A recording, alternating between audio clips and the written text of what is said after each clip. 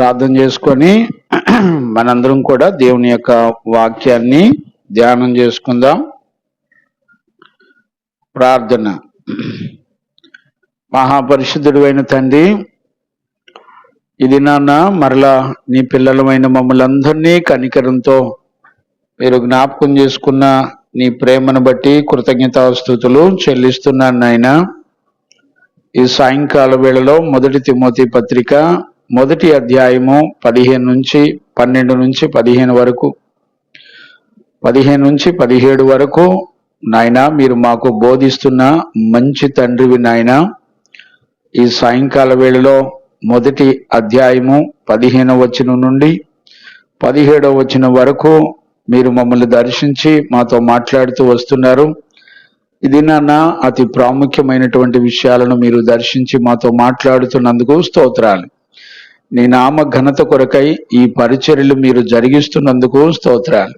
నీ చిత్తములో ఉన్న నీ పిల్లలైన వారందరికీ నీ వాక్కును ఆత్మను పంపి పరిశుద్ధపరిచి నీతిమంతులుగా చేయండి. నిన్ను ఎదుర్కొనే అంతగా నీతిమంతులుగా చేసి పరిశుద్ధులుగా చేసి నీ రాకడలో సిద్ధపడడానికి కృపనిచ్చినందుకు కృతజ్ఞతాస్తుతులు చెల్లిస్తూ మీరు మాతో ఉన్నందుకు స్తోత్రాలు చెల్లిస్తూ నాయనా మనుషుని జ్ఞానాన్ని లయపరచండి. ప్రత్యేకంగా నీ ఆత్మ చేత ఆలోచన చేత నీ కృప చేత నీ బిడ్డల్ని నన్ను మమ్మల్ని అందరినీ దర్శించి మీరు మాతో మాట్లాడినందుకు స్తోత్రాలు చెల్లిస్తూ యేసు నామమున అడిగి పొంది ఉన్నాము తండ్రి, ఆమేన్. ప్రార్థన ఆలకించి అడిగినవన్నీ పొందుకునే భాగ్యం ఇచ్చి నడిపించిన యేసయ్యకు స్తోత్రము చేయదమో. స్తోత్రం స్తోత్రం స్తోత్రం స్తోత్రం స్తోత్రం. తండ్రి కుమార పరిశుద్ధాత్మ దేవునికి స్తోత్రము చేయదమో. స్తోత్రం స్తోత్రం స్తోత్రం స్తోత్రం స్తోత్రం. ఆమేన్. రైట్ నాన్న, మనందరం కూడా 1 తిమోతి పత్రికలో 1వ అధ్యాయము 15 నుంచి 17 వచనాల వరకు మనం నేర్చుకుంటా ఉన్నాము. ఈరోజు రాత్రి ప్రభు మనలందరినీ దర్శించి మనతో మాట్లాడును గాక. ఆమేన్. మనందరం 15వ వచనం నుండి 17 వచనాల వరకు ఈ 3 వచనాలు మనం ప్రభు సన్నిధిలో నేర్చుకుంటా ఉన్నాం. ఇవి చాలా ప్రాముఖ్యమైనవి. నేను మరలా పోయిన బుధవారం మనకి మందిరం ఓపెనింగ్ ఉండటం మూలన ఇక్కడ బైబిల్ స్టడీ జరగలేదు కనుక కొంచెం నేను జ్ఞాపకం చేయాలని కొంచెం వెనక్కి వెళ్తాను. అంటే ఇంచుమించుగా 12వ వచనం నుండి కొంచెం వెనక్కి వెళ్ళి 2 మాటలు నేను జ్ఞాపకం చేస్తాను. ఈ 12వ వచనం నుండి 17వ వచనం వరకు ఉన్నటువంటి సంగతులన్నిటికీ మూల కారణం ఏంటంటే 11వ వచనంలో చూడండి, శ్రీమంతుడకు దేవుడు నాకు అప్పగించిన ఆయన మహిమగల సువార్త ప్రకారముగా. చూడండి, ఇక్కడ ఈ 12వ వచనం నుండి 17 వరకు జరిగేటువంటి విషయాలన్నిటిలో అతి ప్రాముఖ్యమైనటువంటి విషయం ఏంటంటే శ్రీమంతుడకు దేవుడు నాకు అప్పగింపబడిన సువార్త ప్రకారముగా అనే విషయాన్ని మనం చూస్తున్నాం. వాస్తవంగా సువార్త ప్రకారంగా అని రాయకుండా శ్రీమంతుడకు దేవుడు అని మాట రాయడాన్ని మనం చూడొచ్చు. శ్రీమంతుడకు దేవుడు. చూడండి, అపోస్తులుడైన పౌలుకు బలం ఎక్కడిది, ఇంత ధైర్యం ఎక్కడిది, మరణాలకు ఎదురెళ్ళిపోయేంత ధైర్యం ఎక్కడిదంటే ఆ సువార్తకు కారణమైన యేసుక్రీస్తులో ఉన్న గుణాలు. మరలా చెప్తున్నాను, గుర్తుపెట్టుకోండి. శ్రీమంతుడు సువార్త ద్వారా పౌలుకి దేవుని గురించిన సంగతులు ఏం అర్థమై ఉంటుందంటే ఏమని రాశాడంటే శ్రీమంతుడు అని రాశాడు. ఇప్పుడు భూమండలం మీద శ్రీమంతుడు అంటే అర్థం ఏంటి? నేను మీకు ఆ 11వ వచనం చెప్పినప్పుడు మీకు ఆల్రెడీ చెప్పా.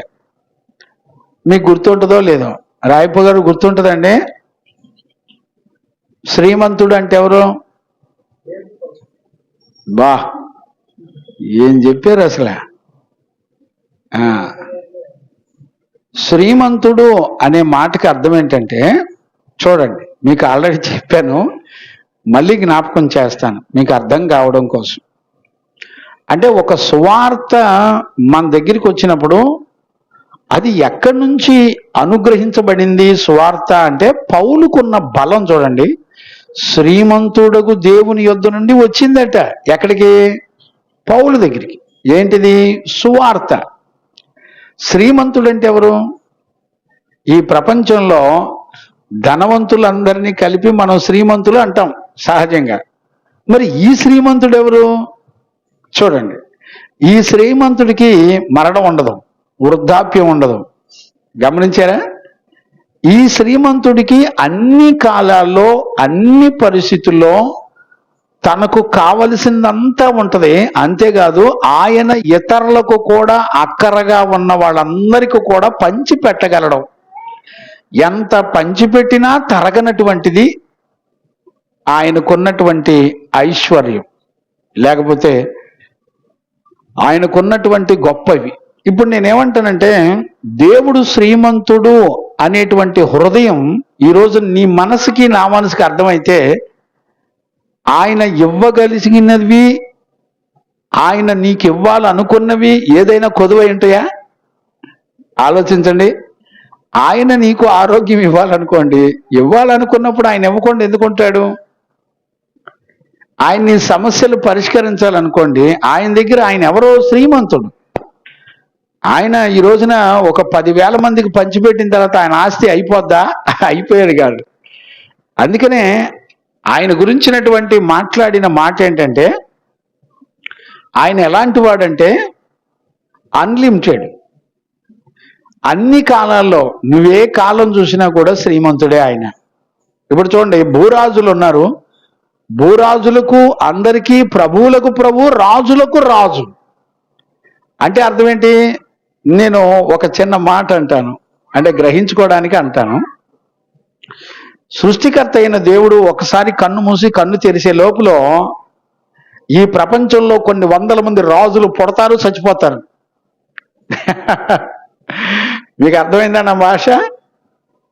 ఆయన కన్ను మూసి మూసి కన్ను తెరిసే లోపల ఈ భూ ప్రపంచంలో ఉన్న రాజులు, వీరులు, సూరులు, వాళ్ళకు కలిగినవన్నీ, వాళ్ళ రాజరికం, వాళ్ళ ఐశ్వర్యం, వాళ్ళకు కలిగినవన్నీ చూపించుకోవాలనుకుంటారు. వాడు చూపించే లోపలే వాడు చచ్చిపోతాడు. కానీ రాజులకు రాజు, ప్రభువులకు ప్రభు అంటే ఎవరైనా ఈ రోజున ఆయన వచ్చాడని, పుట్టాడని, సిలువలో ప్రాణం పెట్టాడని పండగలు చేస్తున్నారు. పండగలు ఎందుకు నాన్న నీకు? రేపు పునరుద్ధానం. ఇప్పుడు చూడండి, మొన్న శుక్రవారం రోజునంట 40 దినాలు ఫాస్టింగ్ ఉన్నవాళ్ళు ముగిస్తారంట.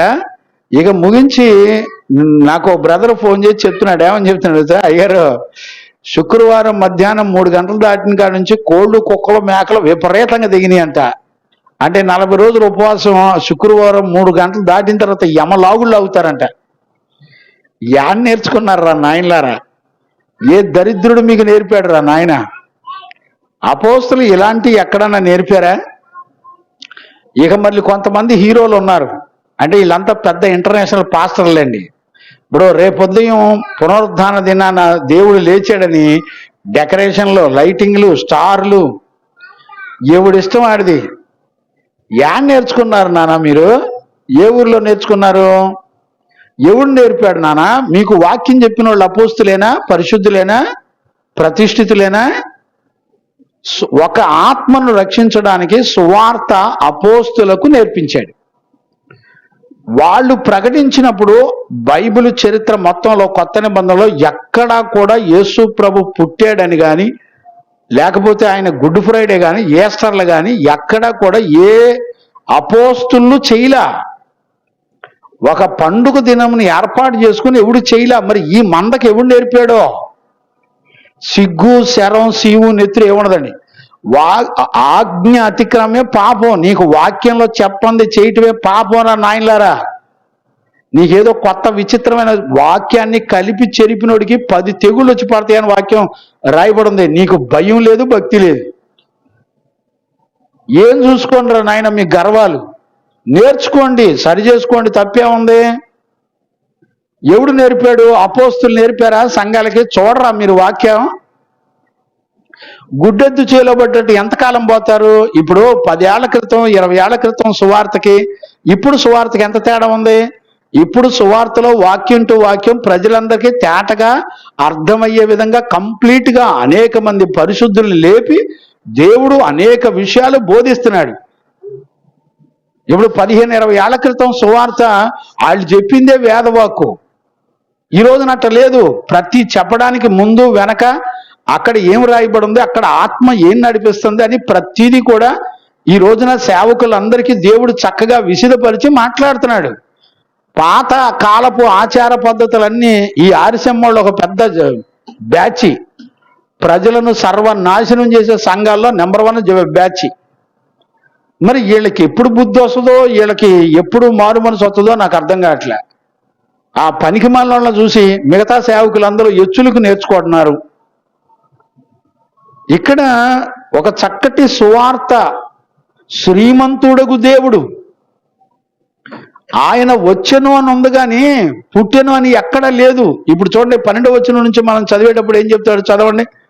1 తిమోతి పత్రిక 1వ అధ్యాయం 12వ వచనం.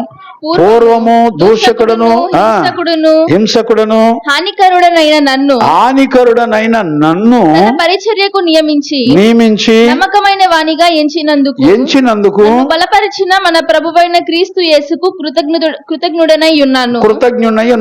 తెలియక అవిశ్వాసము వలన చేసి తిని గనుక కనికరించబడి మరియు మన ప్రభు యొక్క కృపయు క్రీస్తు యేసునందున్న విశ్వాసమును ప్రేమయు అత్యధికముగా విస్తరించెను.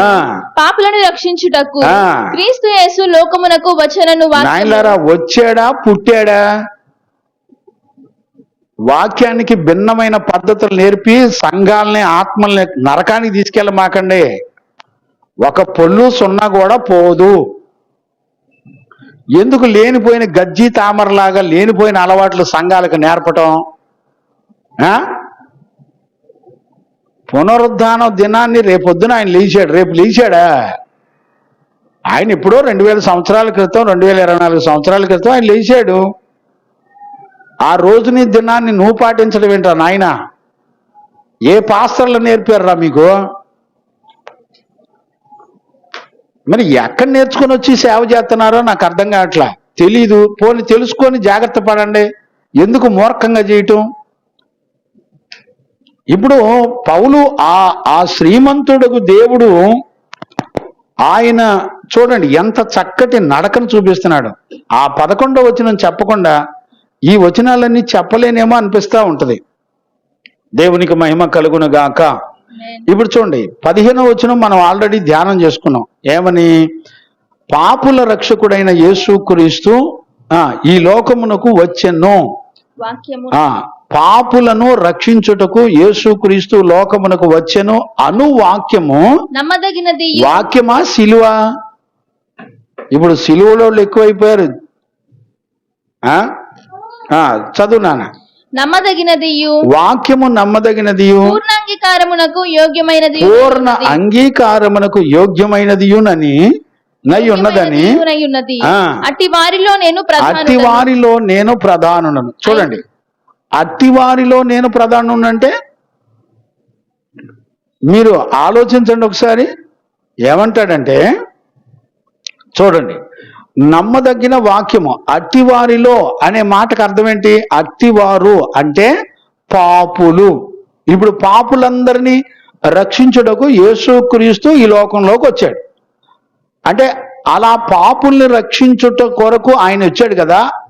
అట్టివారిలో అంటే ఎవరిలో? పాపులందరిలో.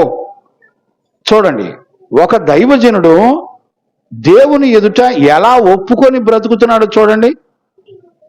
ఆయన ఏమంటాడంటే చూడండి, ఇప్పటికీ యూదులు, ఇశ్రాయేలు ప్రజలు ఇప్పటికీ యెరూషలేములో యేసుక్రీస్తును దేవుడుగా అంగీకరించి పాపాలు ఒప్పుకున్న వాళ్ళు లేరు. ఇప్పుడు పౌలు అదే విషయాన్ని చెప్తున్నాడు. శ్రీమంతుడకు దేవుడు నాకు అప్పగించిన ఆ మహిమ కలిగిన సువార్త ఆ ప్రకారంగా నా జీవితంలోకి ఆ సువార్త వచ్చినప్పుడు అది పాపులలో ప్రధాన పాపినైన నన్ను కనికరించింది. గుర్తుపట్టారా? నేనేమంటానంటే, ఎందుకు పౌలు తన జీవితంలో ఉన్న సాక్ష్యాన్ని చెప్తున్నాడు అర్థం కాదు. ఆయన ఎవరంటే శ్రీమంతుడగు దేవుడు. చూడండి, ఇక్కడ పౌలు మాట్లాడేటప్పుడు ఒక్కొక్క వచనంలో ఒక అద్భుతమైనటువంటి ఆయన క్రీస్తు యొక్క సర్వ సంపూర్ణమైన మహిమ గుణాలను చెప్తూ ఉంటాడు. ఇక్కడ 11వ వచనంలో ఏమన్నాడు? శ్రీమంతుడు అన్నాడు. గమనించారా? అందుకని ఆ శ్రీమంతుడంట ఆయనకి నేను కృతజ్ఞతాస్తుతులు చెల్లిస్తున్నాను అంటాడు. ఎక్కడ? 12, 13 వచనాల్లో. ఇప్పుడు 14వ వచనంలో ఏమంటాడు? 14వ వచనంలో దేవుని యొక్క కృపా కనికరములు విశ్వాస ప్రేమలు అత్యధికంగా నా మీద కుమ్మరించాడు అంటాడు. మీరు ఈ వరసంతా జ్ఞానంగా అర్థం చేసుకుంటే దేని కొరకు మనం ప్రార్థన చేయాలో, ఎందుకు కృతజ్ఞతాస్తుతులు చెల్లించాలో ఈ రోజున అర్థమయ్యేటువంటి ప్రజలు లేరండి. గ్రహించుకునేటువంటి ప్రజలు లేరు. ఈ రోజున దేవుని వాక్యం అంటే ఎంత సరదాగా ఉంటున్నారంటే, వాక్యాన్ని కలిపి చెరుపుతూ మా అంత భక్తిపరులు లేరు. ఎందుకండి? మీ కాళ్ళు పట్టుకుంటాను అయ్యలారా, పాస్టర్స్, సంఘ పిల్లలు, బుద్ధి జ్ఞానం తెచ్చుకోండి. కొంచెం నా మాటలు కఠినంగా ఉంటాయి కానీ ఇక్కడ కళ్ళతో చూస్తే మీకు అర్థమైంది కదా. గుడ్ ఫ్రైడే రోజునే కన్నీరు గార్చాలా? గుడ్ ఫ్రైడే రోజునే శిలువలో మాటలు ధ్యానం చేసుకోవాలా? మిగతా రోజులు ధ్యానం చేసుకోవడానికి కుదరట్లేదేమో. మీటింగులు పెడితే శిలువ ధ్యానాలు చెప్పరదు. ప్రభుత్వం అయితే తొందరలో నేను చెప్పాలని చూస్తున్నాను. 3 రోజులు 4 రోజులు అయినా సరే శిలువను కూర్చినటువంటి విషయాలు కనీసం 1 నెల రోజులు ఉపవాసం ఉంటే గానీ చెప్పగలేం. ఆ శిలువలో ఆయన పడిన త్యాగాలు. ఈ రోజున పండగ పేరు చెప్పి ఓకే తెగ ఆవేశపడి ఊగి ఏడిచి నీతిమంతులు పడిన ప్రయాస వృధా అయిపోద్దయ్యా. పండగ పేరు చెప్పి నువ్వు చేసిన భక్తి అంతా వృధా అయిపోద్ది. ఆ రోజు నువ్వు ఏడ్చింది తెల్లారి పనికిరాదు, మర్చిపోతావు. మర్చిపోయి నువ్వు వరగదీసేది ఏమి లేదు ఇక్కడ. ఆ రోజున ఏడ్చిన ఏడుపుకు తగిన జీవితం నీ దగ్గర ఏం కనపడదు. చూసుకో, కావాలంటే ఒకసారి టెస్ట్ చేసుకో. యేసు ప్రభు కోసం నువ్వే ఆడటం ఏంటి? ఆయన స్త్రీలందరికీ ఒక మాట చెప్పాడు, అమ్మా మీకోసం మీ పిల్లల కోసం ఏడవండి. యేసు ప్రభు చచ్చిపోయాడు, నువ్వు ఏడుతావేంటి? ఆయన త్యాగం చేసాడు. ఆయన చేసిన త్యాగం ఎవరికి? నీ కోసం, నా కోసం. నువ్వు ఇంకా బ్రతుకు మార్చుకోలేదని ఏడవరదు, నీలో ఇంకా గర్వం పోలేదని ఏడవరదు. ఏం నేర్చుకుంటావు? ఏమో ఏం చెబితే ఏం తగాదలాడతారు అర్థం కావట్లా. దేవునికి మహిమ కలుగును గాక. Praise the Lord. ఇప్పుడు చూడండి, ఇక్కడికి వెళ్ళున్నానా, కంటిన్యూ చేస్తూ 16వ వచనంలోకి వెళ్ళున్నానా. అయినను, ఇప్పుడు చూడండి, అయినను నిత్య జీవము నిమిత్తము తనను విశ్వసింపబోవు వారికి నేను మాదిరిగా ఉండులాగున. ఇప్పుడు చూడండి, మీరు 16వ వచనం చాలా జాగ్రత్తగా అర్థం చేసుకోవాలి. ఊరికే మనం ఎట్టబడితే అర్థం చేసుకోవడానికి కుదిరేటువంటి విషయాలు కాదు. చదువునానా. అయినను నిత్య జీవము నిమిత్తము. ఇప్పుడు చూడండి, అయినను అంటే అర్థం ఏంటి? అయినను అనే మాట వెనక పౌలు యొక్క 2వ కోణం యొక్క లైఫ్ ఉంది. అంటే అర్థం ఏంటి? అంటే పూర్వం మనోడు ఎవరు? హింసకుడు, దూషకుడు, హానికరు, సంఘమును దేవుని పిల్లలను హింసించిన వాడు, భయంకరమైనటువంటి గర్విష్టి, రాళ్లతో దేవుని ప్రజలను రాళ్లతో కొట్టి చంపినటువంటి వ్యక్తి. అలాంటి వాడిని దేవుడు అంటాడో అయినను. అర్థమైందా?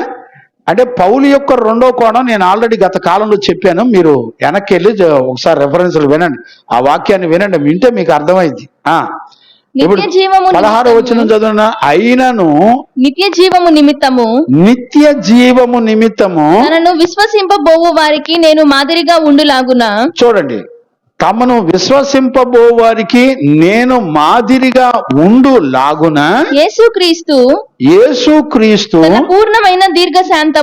తన పూర్ణమైన దీర్ఘశాంతమును ప్రధాన పాపినైన నాయందు కనపరచునట్లు నేను కనికరింపబడి తిని. ఆమేన్.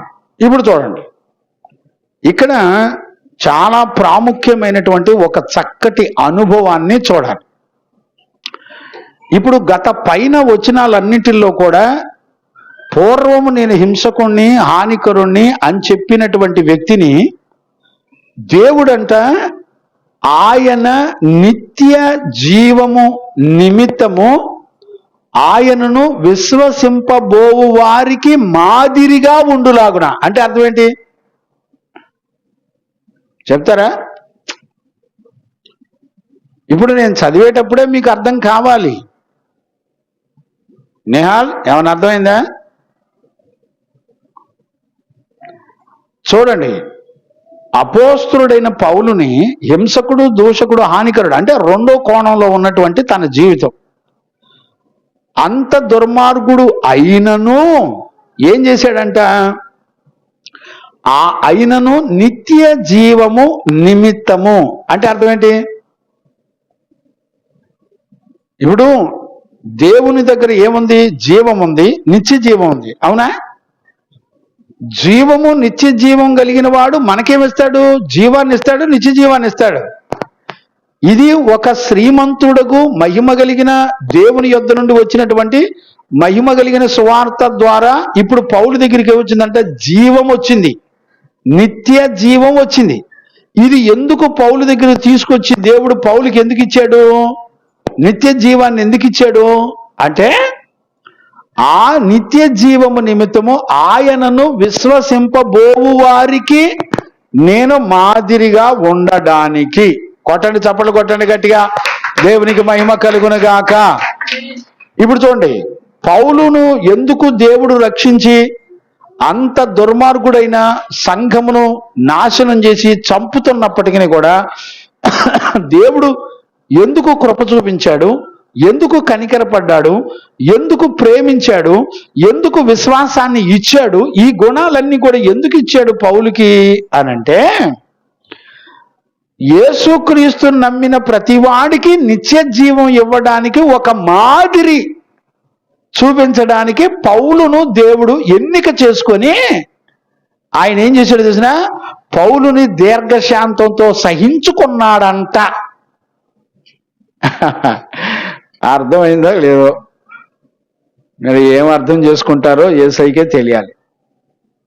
ఇసాకయ్య ఏం చెప్తున్నాడు? పౌలు ఏం చెప్తున్నాడు? యేసుక్రీస్తును నమ్మిన ప్రతి ఒక్కడికి నిత్య జీవం కలగాలంటే ఇప్పుడు ఎవరిని చూడాలా? అపోస్తులుడైన పౌలుని చూడాలా? పౌలులో ఉన్న మాదిరి చూడాలా? పౌలు ఏమంటాడంటే తన ఆత్మను రక్షించుకోవడం కొరకు యేసుక్రీస్తుతో కూడా సమానమైన శ్రమానుభవంలో నాకు పాలు పంపులు కావాలని ఈ భూమండలం మీద ఉన్నవన్నీ సమస్తము పెంటతో సమానంగా ఎంచుకున్నాడంట. అది పాస్టర్ యొక్క లైఫ్. మరి మీరేమి ఎంచుకున్నారు? ఆడెవడో నేర్పినటువంటి ఆచారాలు, మనుషుల చేత కల్పించబడిన పండగలు, ఇవి దైవేపదేశాలని బోధిస్తూ సంఘ బిడ్డలను సర్వనాశనం చేస్తూ నా అంత పాస్టర్ లేడని చెప్పుకొని తిరుగుతున్నాం. నీకెందుకు లైటింగ్లు, డెకరేషన్లో ఎవడు చూపిస్తావు? అపోస్తులు ఎక్కడ నేర్పారట? చెత్త బతుకు. బైబిల్ అంతా చదవరదు, నీకు బుద్ధి జ్ఞానం లేదు, నీకు చదివితే అర్థం కావట్లా. అదేమనంటే కొట్టడానికి వస్తావు, ఇంతకు మించి నువ్వేం చేస్తావు? మహా అయితే తిడతావు, ఇంతకు మించి నన్ను ఏం చేస్తావు? నేను ఏం చెప్పానో, అపోస్తులు సంఘాలకి ఏం చెప్పారో చూడండి. ఏం చూస్తారు మీరు? ఎప్పటికి అర్థం చేసుకుంటారు? పౌలు, అపోస్తులుడైన పౌలు తన దగ్గర తయారైనటువంటి తీతు, తిమోతిలు వీళ్ళందరికీ ఏం నేర్పాడు? అయ్యా, నేను మీకు ఏం బోధించానో అదే సంఘాలకు మీరు బోధించండి. మేము యేసుక్రీస్తు దగ్గర నేర్చుకున్నటువంటి ఏ ఉపదేశం ఉందో అదే ఉపదేశాన్ని నేను మీకు బోధించాను. మేము బోధించిన సువార్త కాకుండా వేరొక సువార్త పరలోకం నుండి దేవదూత వచ్చి ప్రకటించినా మీరు నమ్మొద్దు, వాడు శాపగ్రస్తుడవునుగాక. ఒకవేళ మేమే మనసు మార్చుకొని మళ్ళీ వచ్చి తూచ్ మొన్న ప్రకటించింది తప్పు, ఇవాళ చెబుతాం వినండి అని ఒకవేళ మేమైనను, అపోస్తులు తమ్ము తామే చెప్పుకుంటున్నారు, మేమైనను యేసుక్రీస్తు ప్రకటించిన సువార్త కాకుండా వేరొక సువార్త, అపోస్తులు ప్రకటించిన సువార్త కాకుండా వేరొక సువార్త ఎవడు ప్రకటించినా వాడు శాపగ్రస్తుడు అని చెప్తున్నాడు. ఇవాళ ఎంతమందికి అర్థమవుద్ది చెప్పండి? బరి తెగించేసి ఉన్నారు, వాక్యాన్ని కలిపి చెరుపుతున్నారులా. నాయనలారా చూసుకోండి, ఒక పొల్లు సున్నా కూడా పోదు. భూమి ఆకాశాలు గతించిన ఒక సొల్లు సున్నా కూడా పోదు. ప్రకృతి సంబంధమైన ప్రేరేపణలు ఎందుకు నీకు? ఆయన ఆత్మ గనుక ఆయన ఆరాధించేవాడు ఆత్మతోనూ. సత్యం అంటే ఏంటి? వాక్యానుసారమైన జీవితం. మనిషి వాక్యానుసారమైన జీవితం చేయి. రోడ్లెమ్మట మట్టలు పట్టుకొని జై జై జై జై, అది ప్రవచనం నెరవేర్పుల నాయన, ప్రవచనం నెరవేర్పుల సంగతి అది జరిగిపోయింది. మళ్ళీ నువ్వు చేయటానికి కాదుగా. ఇక్కడ సెంటర్లోకి వచ్చి ఇక్కడ ఎవరికో తెలియదు అన్నట్టుగా ప్రసంగాలు చేస్తున్నారు పెద్ద పెద్ద రింగ్ లీడర్లు, పాస్టర్లు. ఎవడికి నేర్పుతావు? లేఖనాలు తెలియని వాళ్ళకి నేర్పు వెళ్ళి.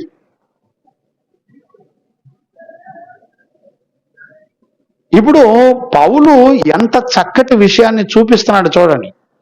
మాదిరిగా ఉండడానికి పౌలును మాదిరిగా పెట్టాడు. పౌలు ఎక్కడన్నా పండగలు చేశాడా? క్రిస్టమస్లు చేశాడా? గుడ్ ఫ్రైడేలు చేశాడా? ఈస్టర్లు చేశాడా? మాదిరి నువ్వు ఎక్కడ చూడాలి? సువార్తకున్న మాదిరి ఎక్కడ ఉంది? అపోస్తుడైన పౌల్లో ఉంది. ఇప్పుడు నమ్మిన ప్రతి ఒక్కరికి మాదిరిగా ఉండటానికి నిత్య జీవము కలిగిన సువార్త, మహిమ కలిగిన సువార్త ప్రకటించబడితే పౌలు సకల ప్రజలందరికీ యేసుక్రీస్తును విశ్వసించిన వాళ్ళందరికీ మాదిరిగా ఉండడానికి దేవుడంట అతనిని కనికరించెను, దీర్ఘశాంతముతో సహించుకొనెను. ఏం చేయడానికి సహించుకున్నాడు? లేఖనం చూసే పని లేదు, బైబిల్ చూసి నేర్చుకునే పని లేదు. ఎన్ని సంవత్సరాలు పట్టింది నీకు ట్రైనింగ్ ఇవ్వడానికి? ఒక మాదిరిని కనపరుస్తున్నాడు. మాదిరిని కనపరిచేటప్పుడు దేవుని యొక్క గుణాన్ని చెప్తున్నాడు. ఏమన్నాడు? ఆయన దీర్ఘశాంతంతో 16 చదువునానా? యేసుక్రీస్తు పూర్ణమైన దీర్ఘశాంతమును ఆ ప్రధాన పాపినైన నాయందు కనపరిచినట్లు. చూసారా? యేసుక్రీస్తు యొక్క పూర్ణమైన దీర్ఘశాంతమును ప్రధాన పాపినైన నాయందు కనపరిచాడు. చూడండి, ప్రధాన పాపిని కనికరించడానికి దేవుడు ఏం చూపిస్తున్నాడంటే ఆయన గుణాన్ని చూపిస్తున్నాడు. ఇప్పుడు పౌలుకు బలం ఏంటో తెలిసిన? ఆయన గుణాలే. పౌలుకు అర్థమైంది, ఆయన గుణాలు అర్థమైంది కనుక పౌలు ప్రపంచంలో దేనికి భయపడకుండా గొప్ప సేవ చేశాడు. ఈ రోజున నీకేమర్థమవుతుంది? పండగలు, క్రిస్టమస్లు, గుడ్ ఫ్రైడేలు, ఈస్టర్లో పౌలు పరిశుద్ధులు నేర్పారా? నీకు బుద్ధి కలగట్లా? సంఘానికి ఏం చెప్తావు? వాక్యం ఏం చెప్తావు? అపోస్తులు ఇట్లాంటి పండగలు చేశారని నువ్వు ఏ రెఫరెన్స్ చూపించి చెప్తావు? చూపించు నాకు. మార్చుకోండి, పద్ధతిలో మార్చుకోండి. నీకు మైకు దొరికింది, లేకపోతే 4 పిల్లలు దొరికారని నీ ఇష్టం వచ్చిన ప్రసంగాలు చేయమాకండి. బైబిల్లో దేవుడు ఏం చెప్పాడో అది చూసి చెప్పండి. ఇప్పుడు చూడండి ఏమంటున్నాడు చూడండి. ఆయన ఏమంటే యేసుక్రీస్తు తన పూర్ణ దీర్ఘశాంతమును ప్రధాన పాపినైన నా మీద చూపించాడు అన్నాడండి. ఎందుకు చూపించాడంట? యేసుక్రీస్తుని ఎవరైతే నమ్మారో వాళ్ళందరికీ ఏమని చెప్తున్నాడంటే, నేను ఒకప్పుడు హింసకుడును, హానికరుణ్ణి, ఒకప్పుడు దేవుని సంఘాన్ని బాధ పెట్టాను కాబట్టి అలాగ బాధ పెట్టిన నన్ను దేవుడు దీర్ఘశాంతంతో సహించాడు. అంటే ఇప్పుడు ఏం చెప్తున్నాడు? ఆయనకున్న అత్యున్నతమైన సంపూర్ణమైన గుణములను చెప్తున్నాడు. నీ నోటి వెంట ఆయన గుణాలను ఉచ్చరించడం నీకు వచ్చా? జై జై అని 100 సార్లు పాడితే నువ్వు పరలోకమైన వెళ్తావా? చూపించు నాకు. జై జై అని 100 సార్లు పాడితే మారు మనసు ఏమన్నా వస్తుందా? చూపించు నాకు. ఎక్కడ నేర్చుకున్నావు? బైబిల్లో చూపించు. నువ్వు నేర్చుకొని సంఘానికి నేర్పే పద్ధతి నువ్వు బైబిల్లో చూపించు నాకు. పిచ్చి సేవలు మానండి. మనం సరి చేసుకొని దేవుని రాజ్యం కొరకు సిద్ధపడదాం. నేనన్న గొట్టాల్లో చెప్తున్నాను, మీరు నాకు డైరెక్ట్గా వచ్చి చెప్పొచ్చు. నేను కలుద్దామని పిలిచినా కూడా ఎవడు వచ్చేవాడు లేడు. మరి నేనేం అన్యాయం చేస్తున్నానో నాకు అర్థం కావట్లే. రైట్, దేవునికి మహిమ కలుగును గాక. Praise the Lord. హల్లెలూయా. ఇప్పుడు చూడండి, దీర్ఘశాంతం అనే మాట ఎంత ఆశ్చర్యకరమైందంటే, ఇప్పుడు యేసుక్రీస్తును విశ్వసించిన వాళ్ళందరికీ ఎంత ఘోర పాపినైనా క్షమిస్తాడు, ఆయన కనికర పడతాడు అంటానికి మాదిరిగా ఎవరు ఉంచాడంటే అపోస్తలుడైన పౌలు ఉంచాడండి. దేవునికి మహిమ కలుగును గాక. Praise the Lord. చూడండి, దీర్ఘశాంతము అనేటువంటి మాట ఎంత గొప్ప బలమైందో. అందుకనే పౌలు దేనికి భయపడలేకపోయాడండి, మరణాలకి భయపడలేక. కారణం ఏంటో, దేవుని దీర్ఘశాంతం ఏంటో పౌలుకు తెలుసు. శ్రీమంతుడు అనే మాటకు అర్థం ఏంటో పౌలుకు తెలుసు. ఆయన గుణాల్లో ఉన్నటువంటి మాట యొక్క విలువ నీ హృదయానికి అర్థమైతే నీ జీవితంలో భయపడ్డం అంటే ఏంటో నీకు తెలీదు, దిగులు చింత అంటే ఏంటో కూడా నీకు తెలీదు. ఏ పాపం నిన్ను ముట్టడానికి వీలు లేని సర్వశక్తి కలిగిన దేవుని యొక్క మహిమా గుణాలు నిన్ను బలవంతుడిగా చేస్తాయి అనే సంగతి నీకు అర్థం కావాలి. చదవండి, 103వ కీర్తన అతి శ్రేష్టమైన మాట నేను ఒకసారి జ్ఞాపకం చేస్తాను. 103వ కీర్తన 8వ వచనం చదువునానా, చక్కటి మాటలు ఉంటాయి. యెహోవా దయాదాక్షిణ్య పూర్ణుడు. మీరు జాగ్రత్తగా అర్థం చేసుకోండి, ఒక్కొక్క మాట చిన్నది కాదండి. అంటే ఈ 103వ కీర్తన అంతా మీరు తర్వాత చదువుకోండి. చాలా ప్రత్యేకమైన వర్డ్స్ ఇవన్నీ కూడా. ఒకడంటాడు, మొన్న సువార్త ప్రకటించడానికి వెళ్తే ఒకడంటాడు, మనుషులు కలిసి ఈ బైబిల్ అంతా రాశారు అంటున్నాడు. నేనంటాను, బైబిల్లో ఒక అధ్యాయంలో ఉన్నటువంటి విషయాలు ఏ మనుషుడినైనా బైబిల్ లేకుండా మాట్లాడమనండి చూద్దాం. నా మాట అర్థమైందా? ఇంకమ్మా అర్థమైందా? ఇప్పుడు 103వ కీర్తనలో ఉన్న మాటలు ఎవడన్నా ఊరికినే మాట్లాడమను. 103వ కీర్తనలో ఉన్న మాటలు రాయమను ఎవడన్నా ఒక్క మాట కూడా రాయలేరు. వాడు ఒకడు అంటాడు, మనుషుల చేత రాయబడింది కదా బైబిల్ అంటున్నాడు, పనికి మళ్ళాడు. మళ్ళీ అనేవాడు ఎవడో కాదు, క్రైస్తవుడే. అనేవాడు ఎవడో కాదు, క్రైస్తవులే. మళ్ళీ ప్రార్థనకి వెళ్ళేవాళ్ళే. ఏమర్థమైంది? ఇప్పుడు చూడండి, దావీదు రాసిన 103వ కీర్తనలో దావీదుకి ప్రత్యక్షతనిచ్చి బయలుపరిచినటువంటి విషయం ఏమని చెప్తున్నాడు? 8వ వచనం చదువునా. యెహోవా దయాదాక్షిణ్య పూర్ణుడు. యెహోవా దయాదాక్షిణ్య పూర్ణుడు, దీర్ఘశాంతము కలిగిన వాడు, కృపా సమృద్ధి గలవాడు. కృపా సమృద్ధి కలిగిన వాడు. ఆయన ఎల్లప్పుడూ వ్యాజ్యమాడువాడు కాడు. ఆయన నిత్యము కోపించువాడు కాడు. దేవునికి మహిమ కలుగును గాక. మన పాపములను బట్టి మనకు ప్రతీకారము చేయలేదు, మన దోషములను బట్టి ప్రతిఫలం ఇవ్వలేదు. భూమి కంటే ఆకాశము ఎంత చూడండి, భూమి కంటే ఆకాశం ఎంత ఉన్నతంగా ఉందో ఆయన యందు భయభక్తులు గల వారి ఎడల ఆయన కృప అంత అధికంగా ఉంది. ఆలోచించారా? చూడండి, అసలు ఆయన పదాలు చూడండి. యెహోవా దయాదాక్షిణ్య పూర్ణుడు.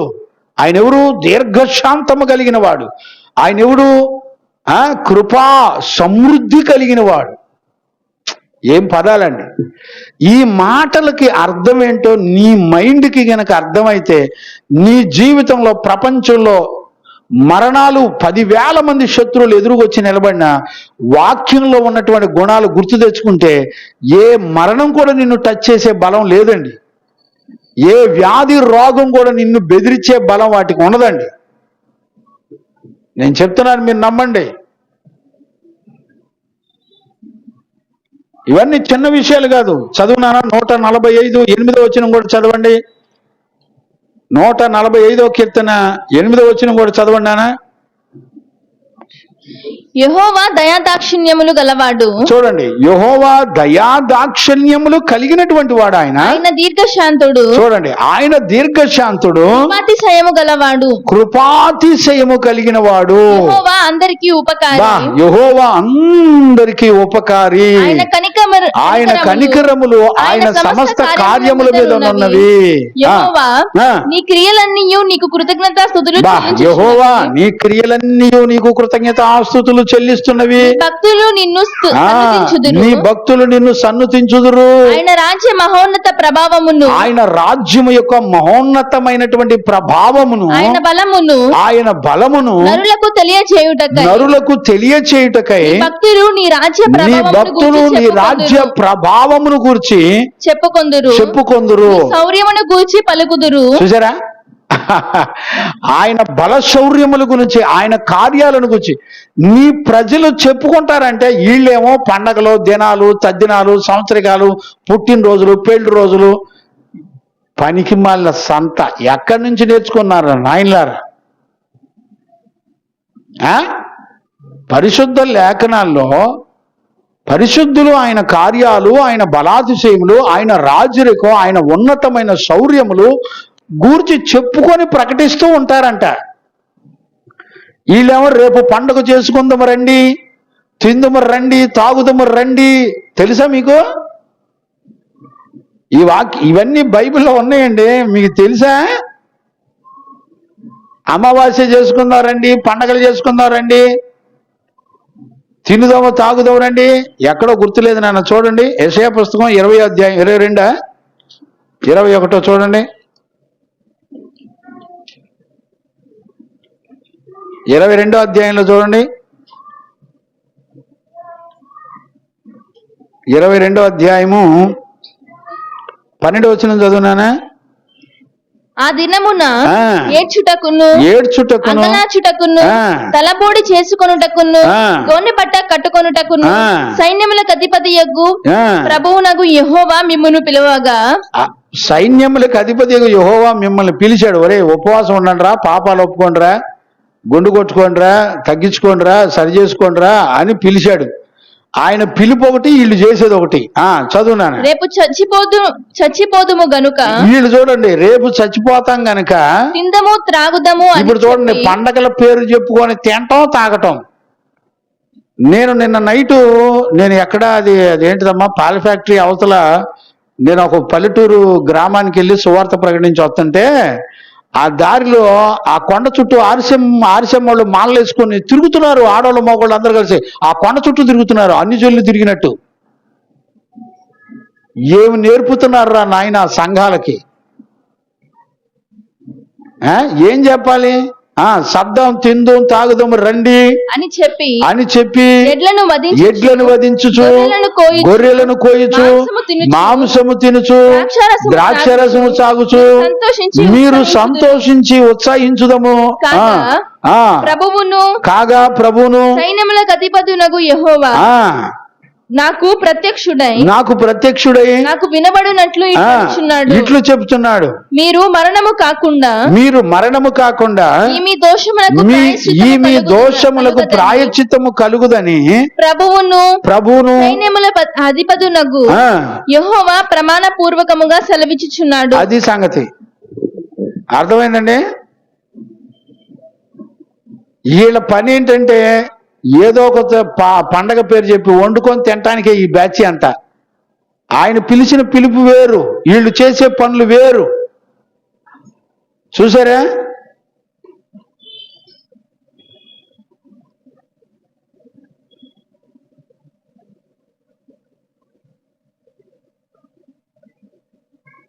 చూడండి 12వ వచనం, అదే మొదటి వచనం చదువునా? 22 మొదటి వచనం యెషయా. దర్శనపు లోయను గూర్చి దేవోక్తి ఏమి వచ్చి నీలోని వారందరూ మేడల మీదకి ఎక్కి ఉన్నారు, అల్లరితో నిండినటువంటి కేకలు వేయు పురమా, ఉల్లాసముతో బొబ్బలు పెట్టు దుర్గమా, నీలో హతులైన వారు ఖడ్గము చేత హతము కాలేదు, ఆ, యుద్ధములో వధింపబడలేదు. ఆ, నీ అధిపతులందరూ కూడి ఆ, పారిపోగా ఆ, విలుకాండ్ల చేత కొట్టబడకుండా పట్టబడిన వారైరి. ఆ, మీలో దొరికిన వారందరూ పట్టబడి ఆ, దూరమునకు పారిపోయిరి. ఆ. నేను సంతాపము కలిగి ఏడ్చుచున్నాను. నాకు విముఖులై యుండుడి. నా జనమునకు కలిగిన నాశనమును గూర్చి నన్ను ఓదార్చుటకు తీరువపడకుడి. చాలే. ఇప్పుడు ఆయన ఎందుకు గాయపరచబడ్డాడు, ఎందుకు శ్రమ పడ్డాడు, సిలువ శ్రమలు ఎందుకు భరించాడు? అయ్యో నా పాపాన్ని బట్టే కదా అని దిద్దుకునేవాడు లేడు. పండగ చేసుకొని ఏడుతున్నాడు. నువ్వు పండగ చేసుకొని ఏడిసింది ఏది చల్లదు, నీ బతుకు మారదు. రోజు సిలువ శ్రమలు గుర్తు చేసుకొని ఏడవరదు. నీకు రోజు పలావులు, పెళ్లి రోజులు, బిర్యానీలు తినటం, పండగలు చేసుకోవటం నీకు ఇదే పని.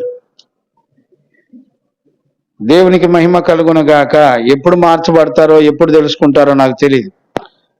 చూడండి అన్న, దీర్ఘశాంతం కలిగిన వాడు దయాదాక్షిణ్యపూర్ణుడు అనే మాటలకి విలువ ఏంటంటే యోనా చెప్తాడు.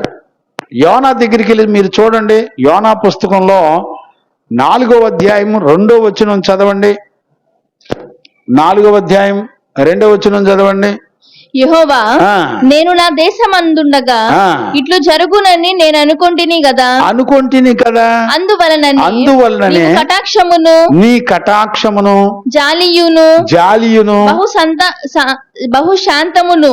చూడండి, అంటే శాంతము అన్న దగ్గర దీర్ఘశాంతము అర్థం. బహు దీర్ఘశాంతమును, అత్యంత కృపయు గల దేవుడవై ఉండి పశ్చాత్తాపడి కీడు చేయక మానదు అని. చూడండి, కీడు చేయకుండా పశ్చాత్తాపడినోడిని కీడు చేయకుండా మానుకుంటాడంట దేవుడు.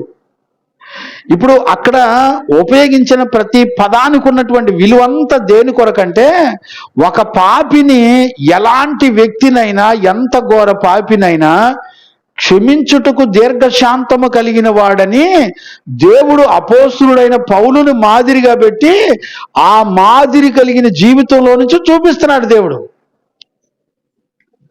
ఇప్పుడు ప్రపంచానికి మాదిరి కలిగిన వాళ్ళ జీవితంలో వాళ్ళు ఏ క్రియలు చేశారో ఎవడు చూస్తున్నాడు? ఎవడు కాడే మాదిరి చూపించినటువంటి పరిశుద్ధుల జీవితం అక్కర్లా. వీడికి ఏం కావాలి? పండగలు, దినాలు, తద్దినాలు కోసుకోవడం, తినటం, వండుకోవడం, తినటం.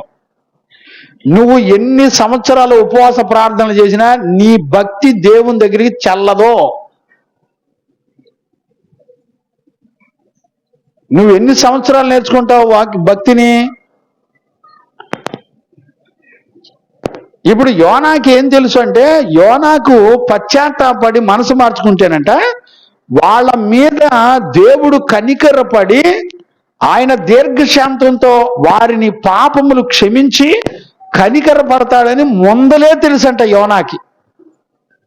ముందుగా తెలిసిన యోనా తన నోటితో చెప్తున్నాడు, అయ్యా ప్రభు దీర్ఘశాంతము కలిగిన వాడు, మీరు బతుకులు మార్చుకోండి. వాక్యం ఎట్లా చెప్తుంది మార్చుకోండి రా అంటే, అసలు అందరికంటే దుర్బోధకుడు ఈడే అని నన్ను తిడుతున్నారు. ఏం ఉపయోగం? ఇక్కడ లేఖనాల్లో ఏం చెప్తుందో 1కి 10 సార్లు వినండి, అర్థం చేసుకోండి, సరి చేసుకుందాం మనందరం. నేనైనా కూడా సరి చేసుకునేవాడినే కదా. నేనైనా పరిశుద్ధుల దగ్గర, అపోస్తులు అనబడిన వారి దగ్గర నేర్చుకోబట్టే కదా. లేకపోతే నాకెక్కడి నుంచి వస్తుంది? పరిశుద్ధులు, మన ముందులో ఉన్నటువంటి తరాల పరిశుద్ధులు, వాళ్ళు ఉపదేశంలో బైబిల్ తీసి వాళ్ళు వాక్యాన్ని చూపించి అపోస్తులు సంఘాలకి ఏం బోధించారు, వాళ్ళు ఏం నమ్మారు, ఏం మాదిరి కనపరిచారు, అవన్నీ చూపించారు. అవన్నీ చూసాము, వాక్యానుసారంగా ఉంది, నమ్మాము, విశ్వసించాము. నువ్వు పండగ చేయడానికి ఒక రిఫరెన్స్ చూపించు నాకు. అపోస్తులు పండగ చేశారు, గుడ్ ఫ్రైడే చేశారు, ఈస్టర్ చేశారు, క్రిస్మస్ చేశారు, చూపించు, ఒక రిఫరెన్స్ చూపించు బైబిల్లో. బైబిల్లో దేవుడు చెప్పని విషయాలు నువ్వు ఎక్కడ నేర్చుకొని వచ్చి నేర్పుతున్నావు సంఘానికి? సరి చేసుకోండి ఎవరైనా సరే. దేవునికి మహిమ కలుగును గాక. అందుకనే యోనా చెప్తున్నాడు, ఇప్పుడు దీర్ఘశాంతం దేనికంటే ఆయన క్షమించలేని, ఓర్చుకోలేని మనుషుడు ఎవడో లేడంట. ఎలాంటి మనిషినైనా దేవుడు ఓర్చుకుంటాడు, క్షమిస్తాడు, సహించుకుంటాడు. ఆయన గుణ లక్షణాలని ప్రత్యక్షపరుస్తున్నారు విశ్వసించిన పరిశుద్ధులు. ఎప్పుడు మనం పశ్చాత్తాపడి బతుకు మార్చుకుంటే, మనం పశ్చాత్తాపడి తెలియని అజ్ఞాన కాలంలో తెలిసి తెలియక మనం పొరపాటు చేశాం. ఈ రోజున పశ్చాత్తాపడి అయ్యా నేను అలా చేయకూడదు, ఇదిగో నన్ను నేను తగ్గించుకోవాలి, శిలువ శ్రమ పొందినంతగా క్రీస్తు తగ్గించుకున్నాడు, తగ్గువాటి యందు మనసుంచరే. శరీర సంబంధమైన ఉద్రేకాల ద్వారా నువ్వు భక్తి చేసి పరలోకం వెళ్తాను అనుకోవటం భ్రమ. నేర్చుకోండి, తెలుసుకోండి. తప్పుంటే మీరు వచ్చి నాకు కూడా వాక్యం చెప్పండి, నేను కూడా సరి చేసుకుంటాను కదా. దేవునికి మహిమ కలుగును గాక. చూడండి, రోమాపత్రిక 2వ అధ్యాయం 4వ వచనం కూడా మనం చదవచ్చు. రోమాపత్రిక 2వ అధ్యాయం. లేదా దేవుని అనుగ్రహము, చూడండి, దేవుని యొక్క అనుగ్రహము మారు మనసు పొందుటకు, చూడండి, మారు మనసు పొందుటకు నిన్ను ప్రేరేపించుచున్నదని ఎరుగక ఆయన అనుగ్రహ ఐశ్వర్యమును, ఆయన యొక్క అనుగ్రహ ఐశ్వర్యమును, సహనమును, దీర్ఘ శాంతమును తృణీకరించుదువా. చూడండి, ఏం తృణీకరిస్తున్నారంట? ఆయన అనుగ్రహ ఐశ్వర్యమును దీర్ఘ శాంతమును మనం ఏం చేస్తున్నామంట? తృణీకరించుదురా. చూసారా? వింటున్నారా? అర్థమవుతుందా? ఆయన దీర్ఘ శాంతాన్ని తృణీకరించొద్దు. ఆయన మనలను ప్రేమించి దేవుడు మాట్లాడుతున్నాడు. ఈరోజు రాత్రి నేను ఒక విషయాన్ని చెప్తాను. దేవుడు ఒక మనిషితో మాట్లాడిన వెంటనే నీతో ఏం మాట్లాడా అని ఎతికి తిరిగేవాడు ఎవడో తెలిసినా? అపవాది. వాడేం చేస్తాడు తెలిసినా? దేవుడు నీతో ఏం మాట్లాడాడో అది కనుగొని వెంటనే, ఎప్పుడు కూడా దేవుడు కానీ అపవాది కానీ వీళ్ళిద్దరూ కూడా మనకున్నటువంటి జీవన మరణాల గురించే మాట్లాడతారు. బాబు, నీవు నేను చెప్పిన దాన్ని ఆజ్ఞ అతిక్రమించావా మరణిస్తావు అని దేవుడు చెప్తాడు. నువ్వు ఆజ్ఞ అతిక్రమించినా నువ్వేం చావో, నీకేం కాదని చెప్పేది అపవాది. ఇప్పుడు చూడండి, మన దగ్గర ఇస్సాకు ఉన్నాడు. ఇస్సాకు దేని కొరకు నియమించబడ్డాడు? దైవజనుడి దగ్గర కూర్చొని ఉపదేశం నేర్చుకొని పరిశుద్ధ అలంకరణలు దేవుని సన్నిధిలో నేర్చుకొని రేపు రాబోయే తరాలకి నీతిమంతుడు అవడానికి, పరిశుద్ధుడు అవడానికి, సేవ చేయడానికి అతన్ని నియమించాం. ఇప్పుడు నియమించినటువంటి ఆ నియమాన్ని వదిలిపెట్టి గజ్జి కుక్క తిరిగినట్టు సేవకుని వదిలిపెట్టి ఊరు మొత్తం తిరిగితే పనికొస్తాడా? పనికిరాడు. మీకు తెలీదు, ఎవరు ఎంత అద్భుతంగా పెంచినా వాడు దేవునికి పనికిరాడు, లోకానికి పనికొస్తాడు. ప్రార్థన చేయండి, తొందరలో పంపించేద్దాం అనుకుంటున్నాను ఇస్సాకుని. మనకు అవసరం లేదు, ఎందుకంటే సంఘానికి కూడా చెప్పాలిగా. నేను ఉపదేశం నేర్చుకోవడానికి రావట్లా, మాట వినటానికి రావట్లా. తన సొంత నీతిని నెరవేర్చుకొని సెకండ్ యాక్షన్ మనకిస్తాడు. అంటే మొదటి ప్రేమను తన మనసుకు తోచిన ఆలోచనకి ఇస్తాడు, సెకండ్ ప్రేమను మనకిస్తాడు.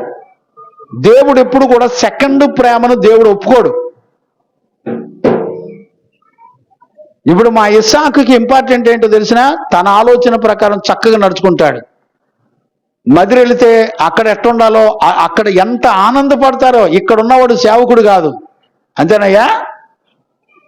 పనికి మాలినోడా. ప్రార్థన చేయండి, రేపు సోమవారం పంపించేద్దాం అనుకుంటున్నాను. అవసరం లేదు ఇలాంటోడు. మాట వినటం శ్రేష్టమైందని రాశాడు. ఒక నీతిమంతుడు మాట వినటం వలన పరలోకపు గేట్లు తెరవబడతాయి. అంతకుముందే డేవిడ్ గారి దగ్గర వాక్యం విన్నాడు. ఏ మనుషుడైనా, ఏ విశ్వాసైనా దైవజనుడు మాట వినకుండా సొంత ఆలోచన నెరవేర్చుకొని సెకండ్ ఆలోచన తీసుకుంటే గేట్లు తెరవబడవు అనే ఉపదేశాన్ని విన్నాడు. విన్న తెల్లారే నన్ను వదిలిపారేసి, నా బ్యాగ్ వదిలిపారేసి ఎక్కడెక్కడో ఈయన కుక్క తిరిగినట్టు తిరుగుతున్నాడు. కుక్క ఆ రోజునే నిన్ను వదిలిపెట్టేశాక నీకోసం ఎతికాను, ఎక్కడ మనిషి కంటి కూడా కనపడలా, నా బ్యాగ్ను వదిలిపారేసి తిరిగావు.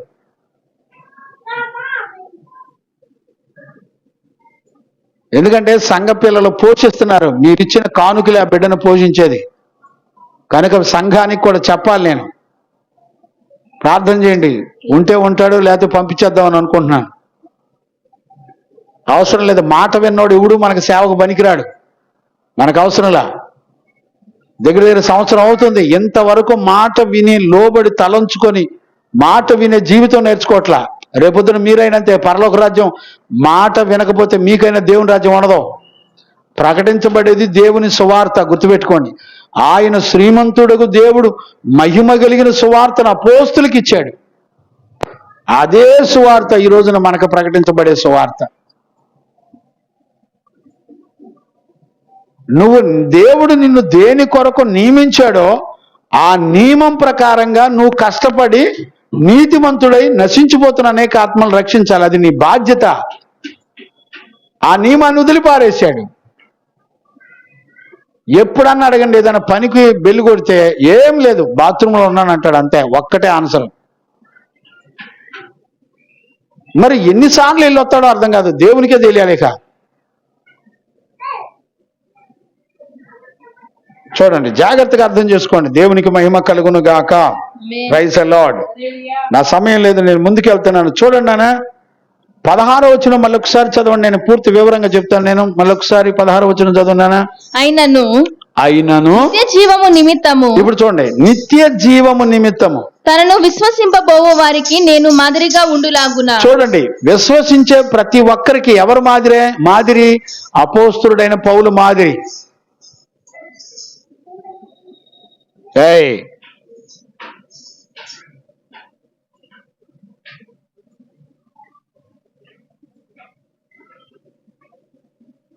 రైట్. చూడండి, చాలా జ్ఞానంగా అర్థం చేసుకోండి. చదువున్నాను. విశ్వసింపబోవు వారికి నేను మాదిరిగా ఉండులాగున. విశ్వసించబోవు వారికి నేను మాదిరిగా ఉండులాగున. యేసుక్రీస్తు. ఇప్పుడు చూడండి, యేసుక్రీస్తు పూర్ణమైన దీర్ఘశాంతమును. ఏం పదాలు వాడాడు చూడండి. పూర్ణమైన దీర్ఘశాంతం. మామూలు దీర్ఘశాంతం కదండి. పూర్ణమైన అంటే అర్థం ఏంటి అంటే, దేవుని సంకల్పంలో నిన్ను ఎంత క్షమించాలో ఆయన క్షమించలేని పాపం అంటూ ఏదీ లేదు అని అర్థం. పూర్ణ దీర్ఘశాంతం అంటే ఏ మనిషినైనా ఆయన క్షమించలేని పాపం లేదు. అంటే ఇప్పుడు మనకేమర్థం అవుతుంది? దీర్ఘశాంతముతో అపోస్తలుడైన పౌలును క్షమించినప్పుడు ఇప్పుడు ఎంతమంది యేసుక్రీస్తుని నమ్ముతున్నారు వాళ్ళందరినీ క్షమిస్తాడంట. ఎలాగా? పౌలును క్షమించినట్టుగా నేను మిమ్మల్ని కూడా క్షమిస్తాను. ఇప్పుడు పౌలు ఎవరు అంటే, పాపులందరూ లిస్టు తీస్తే ఆ లిస్టులో ప్రధాన పాపి ఎవడని ఉన్నాడంటే అపోస్తలుడైన పౌలు ఉన్నాడంట. ఆయన అంటాడు, అయ్యా నా పాపాన్ని నేను ఒప్పుకుంటున్నానయ్యా. ఈ రోజుల్లో సువార్త ప్రకటించడం అంటే అర్థం ఏంటి?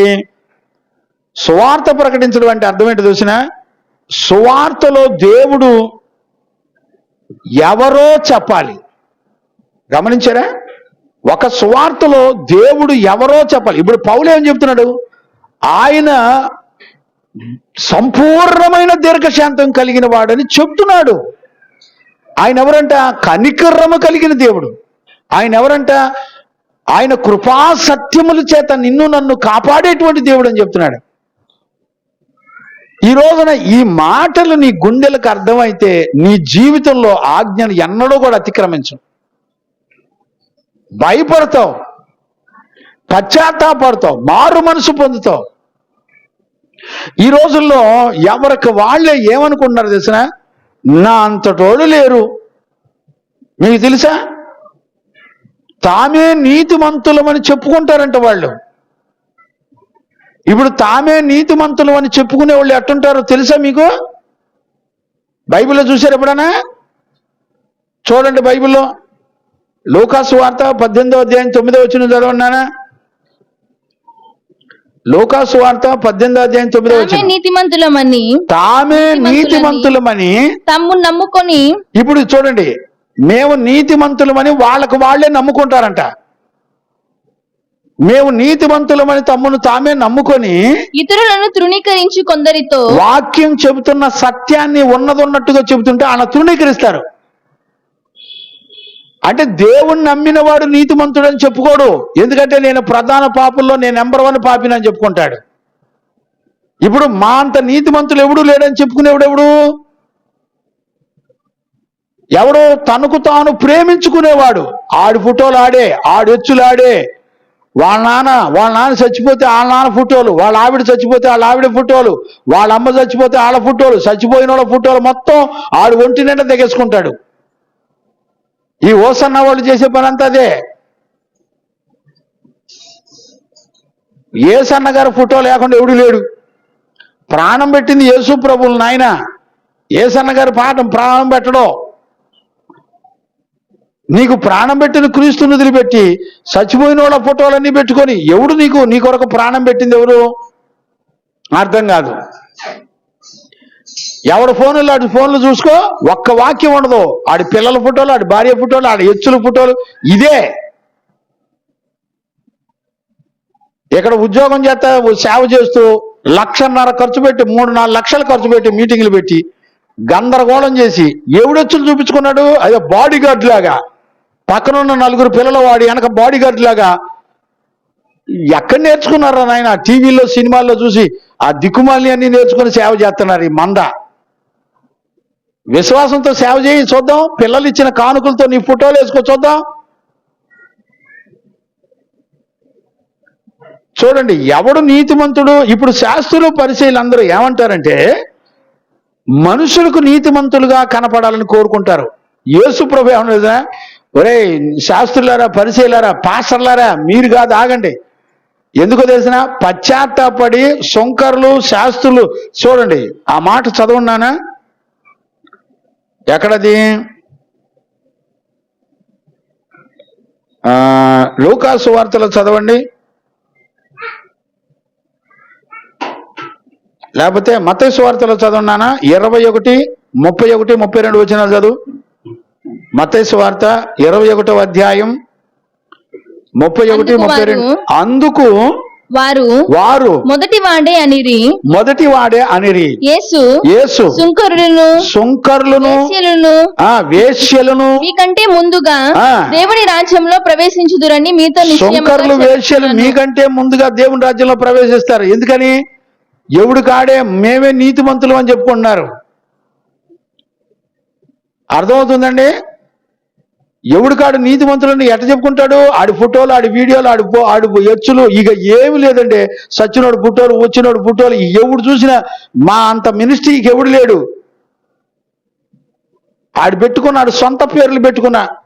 బైబిల్లో అపోస్తులకి ఎక్కడా కూడా మినిస్ట్రీ పేర్లు చెప్పలా. వాళ్ళు ఏ ఊరిలో సేవ చేసినా ఆ ఊరి సంఘం అని పేరు చెప్పుకున్నారు తప్ప వాళ్ళకి మినిస్ట్రీలు దేవుడు నాకు దర్శనంలో పలానా ఓసన్న మినిస్ట్రీస్, పెంతుకోస్తు మినిస్ట్రీస్ అని ఏం చెప్పలా. మినిస్ట్రీలకి పేర్లే లేవు. అపోస్తులు ఎక్కడ కూడా అలాంటి పద్ధతులు అనుసరించరా. సంఘం అంటే ఎవరు? మచ్చలేంది సంఘం. అర్థమైందండి? వాక్యం చేత ఉదక స్నానం చేయబడింది సంఘం. కళంకం లేనిది సంఘం. ముడత లేనిది సంఘం. దేవునికి మహిమ కలుగునుగాక. చదువునానా? మీకంటే ముందుగా వేశ్యలను సుంకరులు దేవుని రాజ్యంలోకి వెళ్తారు. మీతో నిశ్చయముగా చెప్పుచున్నాను. నిశ్చయముగా అంటే కన్ఫామ్ గా చెప్తున్నాడు. ఈ రోజున ఏ మనుషులకి అర్థమవుతుంది చెప్పండి? ఎందుకని వేశ్యలు సుంకరులు ఎందుకు దేవుని రాజ్యంలోకి వెళ్తారండి? వాళ్ళు పశ్చాత్తాపడుతున్నారు. ఇప్పుడు పౌలు ఏమంటాడు? పాపుల్లో ప్రధాన పాపి నేనే. ఒప్పుకునేవాడు ఎవడు లేడు. ఒప్పుకుంటున్నారు. మనుషులు కల్పించిన పండగల ఆచారాలు చేస్తున్నారు, నాశనం చేసుకుంటున్నారు బతుకుని. పశ్చాత్తాపడినంతా వ్యర్థమైపోద్ది. మీరు పండుగలు, దినములు, ఆచారాలు అనుసరించిన పరిశుద్ధుల అపోస్తులు పడిన ప్రయాస వ్యర్థమైపోద్దని గలతీ పత్రిక 1వ అధ్యాయం 4వ అధ్యాయం 9-10 వచనాల్లో ఉన్నాయి, చదువుకోండి. దైవజనులు పడిన ప్రయాస మొత్తం వ్యర్థమైపోద్ది. నువ్వు పశ్చాత్తాపడింది, కన్నీరు గార్చింది, నువ్వు పాపాలు ఒప్పుకుంది మొత్తం వేస్ట్ అయిపోద్ది. ఒక్క పాపం నీ దేహాన్ని వదిలిపెట్టిపోదు. ఎందుకని? నీ పశ్చాత్తాపం వెనక ఏదో ఒక పండగో, ఆచారాలు, మనుషుల కట్టడలో ఎయ్యో ఒకటి తగిలించుకుంటున్నావు నువ్వు. నీ జీవితంలో ఇంకా విడుదల కలగదు. నువ్వు సంవత్సరం ఇట్లా పండగలు చేసుకొని నువ్వు భ్రమపడి మోసపోవటమే సరిపోద్ది. బైబిల్లో అపోస్తులు ఎక్కడన్నా చేశారండి? దేవునికి మహిమ కలుగునుగాక. Praise the Lord. ఇప్పుడు చూడండి 17వ వచనం చదువునన్న మూల వాక్యంలోకి వచ్చేయండి. మొదటి అధ్యాయం 17వ వచనం. సకల యుగములు రాజయ్యుండి. ఇప్పుడు చూడండి, సకల యుగములలో రాజయ్యుండి అక్షయుడును. చూడండి అక్కడ కూడా ముగింపులో కూడా ఏం పదాలు పలుకుతున్నాడు చూడండి. నేను నమ్మిన దేవుడు ఎవరో తెలిసిన, నాకు ప్రకటించబడిన సువార్త ఎవరి గురించి ప్రకటించబడిందో తెలిసిన, ఆయన యుగములలో రాజయ్యుండి అక్షయుడు. అదృశ్యుడు నగు. అక్షయుడు అంటే ఏంటి? మరణం లేనివాడు, వృద్ధాప్యం లేనివాడు. అర్థమైందండి? ఎన్నో గుణాలు ఉన్నాయండి. అక్షయుడును, యుగములో రాజయుండి అక్షయుడును, అదృశ్యుడును, అద్వితీయుడును. అద్వితీయ దేవునికి ఘనతయు. అద్వితీయ దేవుడు అంటే ఇద్దరు కానివాడు.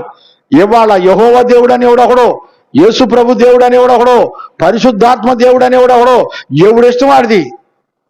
త్రిత్వమై ఉన్నటువంటి దేవుడు ఆయన. ఒకే ఒక్క దేవుడు, అద్వితీయుడు, ఇద్దరు కానివాడు. ప్రతి మోకాలు ఆయన నామమున వంగురు అని మరి పాత నిబంధనలో రాయబడినప్పుడు, కొత్త నిబంధనలో ఎవరి నామం అది? యేసునామం. ఈ రోజున యేసు ప్రభు దేవుడు కాదని టీవీలో, వాట్సాప్లో భయంకరమైన దుర్బోధలు ఏలుబడి చేస్తున్నాయి. ఇప్పుడు యేసు ప్రభు ఆయన ఎవరంటే అద్వితీయ దేవుడు, ఇద్దరు కాని దేవుడు, ఒకే ఒక దేవుడు. యుగాలలో, తరాలలో ఆయనొక్కడే రాజు, ఆయనొక్కడే దేవాది దేవుడు. నువ్వు నమ్ము.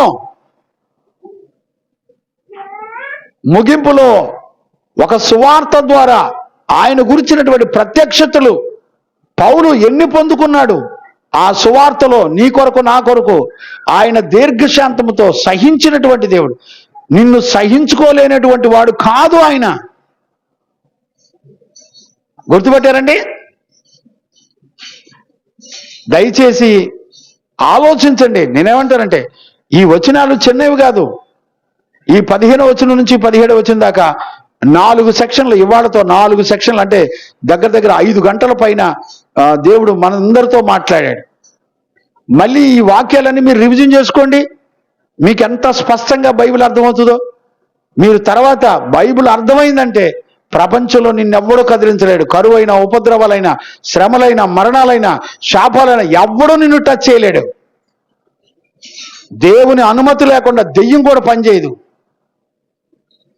ఈరోజు రాత్రి మనందరం కూడా ఆలోచించుకొని ఒక చక్కటి నిర్ణయం, ఈ ఉపదేశం విన్న తర్వాత నీ జీవితంలో ఇక ఎన్నడూ భయపడని అవసరం లేని ఒక చక్కటి దేవుని యందు విశ్వాసము కలిగి నడిపించబడవచ్చు.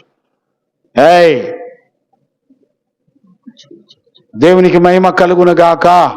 Praise the Lord. అందుకనే పౌలు 35 సంవత్సరాలు పైబడి సేవ ఎందుకు చేయగలిగాడంటే ఆయనకు దేవుని సువార్తలో అర్థమైంది ఏంటంటే దీర్ఘశాంతము కలిగిన వాడు, కృప కలిగిన వాడు, ప్రేమ కలిగిన వాడు, విశ్వాసమునిచ్చిన వాడు, దయాదాక్షణ్యములు కలిగిన వాడు.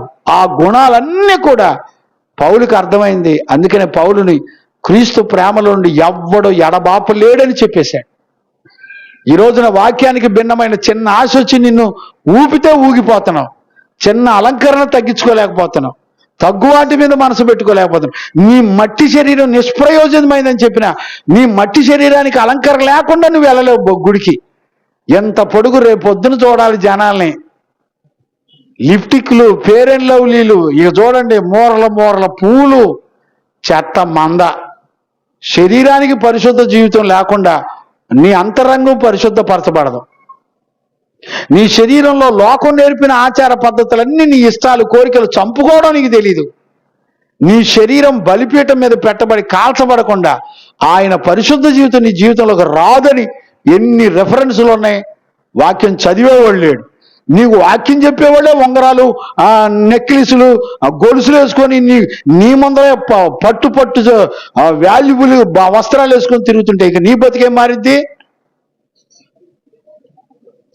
జాగ్రత్త. దేవునికి మహిమ కలుగునుగా. కాబట్టి యుగములకు రాజై ఉన్నటువంటి దేవుడు ఆయన. ఆయన అక్షయుడు, అద్వితీయుడు. దీర్ఘశాంతము కలిగినటువంటి వాడు. ఎలాంటి ముగింపునిచ్చాడు చూడండి 17వ వచనంలో. యుగ యుగముల వరకు, యుగ యుగములు అనే మాట అంటే ఒక కాలాన్ని గురించి చెప్పడానికి ఇష్టపడతలా. అన్లిమిటెడ్ కాలం.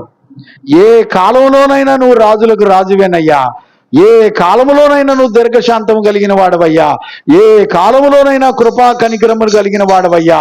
చూడండి వాళ్ళ నోటితో ఎలాగా ఆయన్ని ఘనపరుస్తున్నాడు అపోస్తలుడైన పౌలు. ఈ రోజున సువార్త నీకేం చెప్తుంది? సోకులు వేసుకొని బొమ్మంటుందా? రేపు చూడాలి, పొద్దున్నే లేచి 6 నుంచి కూర్చోండి రోడ్ల మీద, ఒట్టో పోయే వాళ్ళందరిని చూడొచ్చు మీరు. వీళ్ళకి ఆనందం ఏంటి? దేవునికే తెలియాలి వాళ్ళ ఆనందానికి కారణం ఏంటో. కనుక ఈరోజు రాత్రి ఆ 3 వచనాలు నేను ముగించేస్తున్నాను. ఇంకా నేను ఒక్కొక్క పదాన్ని గురించి వివరించాలి. దీర్ఘశాంతం గురించి, ఆయన కనికరం గురించి, యుగయుగాల గురించి, అదృశ్యుడు అదృశ్యుడు అనేటువంటి విషయాలన్నీ కూడా వివరించాలి. దేవునికి మహిమ కలుగునుగా. కాబట్టి ఈరోజు రాత్రి మనం ఈ 15వ వచనం నుంచి 15, 16, 17 వచనాల్లో ఉన్న సర్వసంపూర్ణతలు అపోస్తలుడైన పౌలు ఎలాగ ఎరుగుండి ప్రాణాలను కూడా నష్టపరుచుకొని ఆయన మహిమా గుణాలని కలిగి జీవించాడో మనం కూడా అలాంటి గుణాలు కలిగి జీవించడానికి యేసయ్య మనందరికీ కృపను అనుగ్రహించి నడిపించును గాక. ఆమేన్. మోకరించండి, ప్రార్థన చేసుకుందాం. స్తోత్రం స్తోత్రం స్తోత్రం స్తోత్రం. మహాపరిశుద్ధుడైన తండ్రి, నీకు కృతజ్ఞతాస్తుతులు చెల్లిస్తున్నాను నాయనా. ఈ దినాన్న 1 తిమోతి పత్రికలో 1వ అధ్యాయం 16, 17 వచనాల ద్వారా నీ పిల్లలతో నాతో తేటగా మాట్లాడారు. మా నాయన, లేఖనాలు విన్న నీ పిరిగిలైన బిడలందరూ నాయనా, నువ్వు క్షమించలేని పాపమంటూ ఏదీ లేదు నాయన. ఇదిగో సుంకరులు, వ్యభిచారులు, వాళ్ళందరూ కూడా పాపులు. వాళ్ళు పాపాలు ఒప్పుకున్నారు నాయన. పాపులలో ప్రధాన పాపిని నేనే అని పౌలును యేసుక్రీస్తు విశ్వసించిన వాళ్ళందరికీ మాదిరిగా ఉండడానికి ఎన్నిక చేసుకున్నాడంటయ్యా. మేము సంఘములో మాదిరిగా ఉండడానికి నియమించబడినట్లుగా కృప దయచేయండి. ప్రతి బిడ్డని పౌలు వలె వెలిగించండి, నీతిమంతులుగా చేయండి. ఆయన గుణాతిశయములు ఎరిగిన వారిగా పౌలు ఎలాగ నడిపించబడ్డాడో మమ్మల్ని అందరినీ కూడా అలా వెలిగించి నడిపించినందుకు కృతజ్ఞతాస్తుతులు చెల్లిస్తూ యేసు నామమున అడిగి పొంది ఉన్నాము తండ్రి. ఆమేన్. ప్రార్థన ఆలకించి అడిగినవన్నీ పొందుకొని విశ్వాసము ద్వారా జయించుటకు కృపనిచ్చిన యేసయ్యకు స్తోత్రము చేయదమో. స్తోత్రం స్తోత్రం స్తోత్రం స్తోత్రం. తండ్రి, కుమార, పరిశుద్ధాత్మ దేవునికి స్తోత్రము చేయదమో. స్తోత్రం స్తోత్రం స్తోత్రం స్తోత్రం స్తోత్రం. ఆమేన్. మన తండ్రి అయిన దేవుని నుండి, మన ప్రభు అయిన యేసుక్రీస్తు నుండి పరిశుద్ధాత్ముని యొక్క అన్యోన్య సహవాసము, సన్నిధి, సమాధానం విశ్వసించిన బిడ్డలకును సకల పరిశుద్ధులకును, ఎవరైతే వాక్యాన్ని విని అర్థం చేసుకొని సరి చేసుకుంటారో అలాంటి వారికి యేసయ్య కృపా సమాధానం మనందరికీ తోడయుండి నడిపించును గాక. ఆమేన్. హల్లెలూయా హల్లెలూయా హల్లెలూయా. అందరికీ వందనాలు. ప్రైజ్.